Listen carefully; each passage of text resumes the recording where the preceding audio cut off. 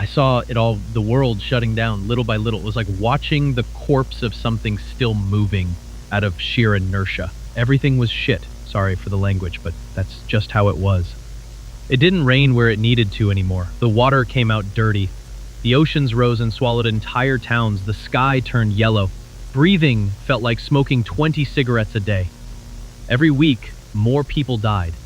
The air burned your eyes. And it wasn't just the pollution, it was everything. The heat was unbearable. The wind carried ash from the wildfires down south. Sometimes it wouldn't rain for months, and when it did, it came down like blades.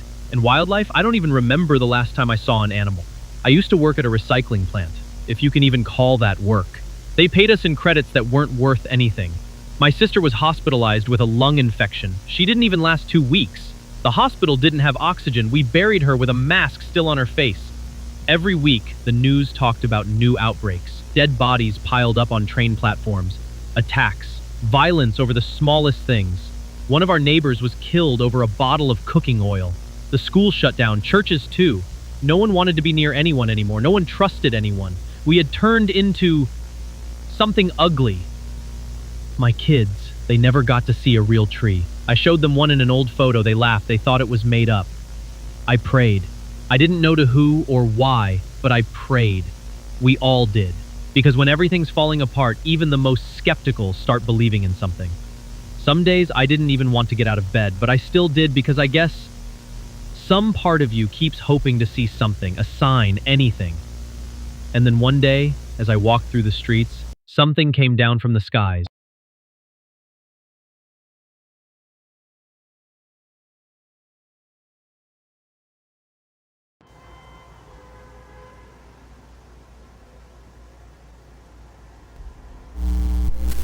What the fuck is that?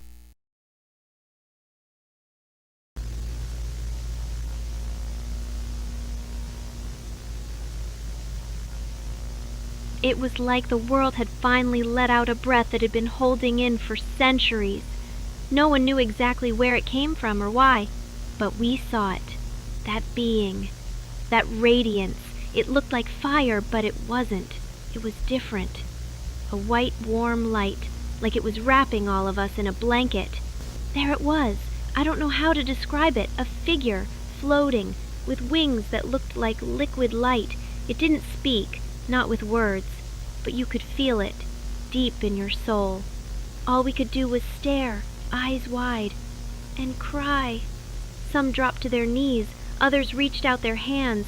I just stood there, still, because for the first time in what felt like forever, it felt like someone was reaching back, like we were being given a second chance. Within hours, the temperature dropped. The air grew cleaner.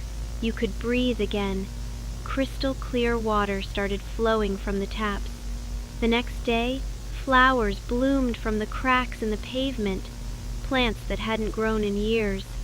Doctors began reporting spontaneous recoveries. Children with high fevers woke up symptom-free. It was real. A miracle. Our planet, our home, was healing.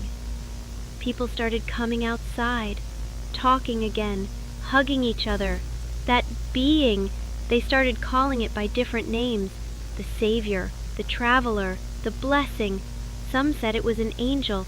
Others believed it was a living energy, the universe's answer. All I know is, it gave us hope again.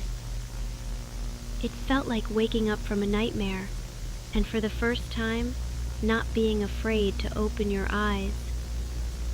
But then, something strange happened.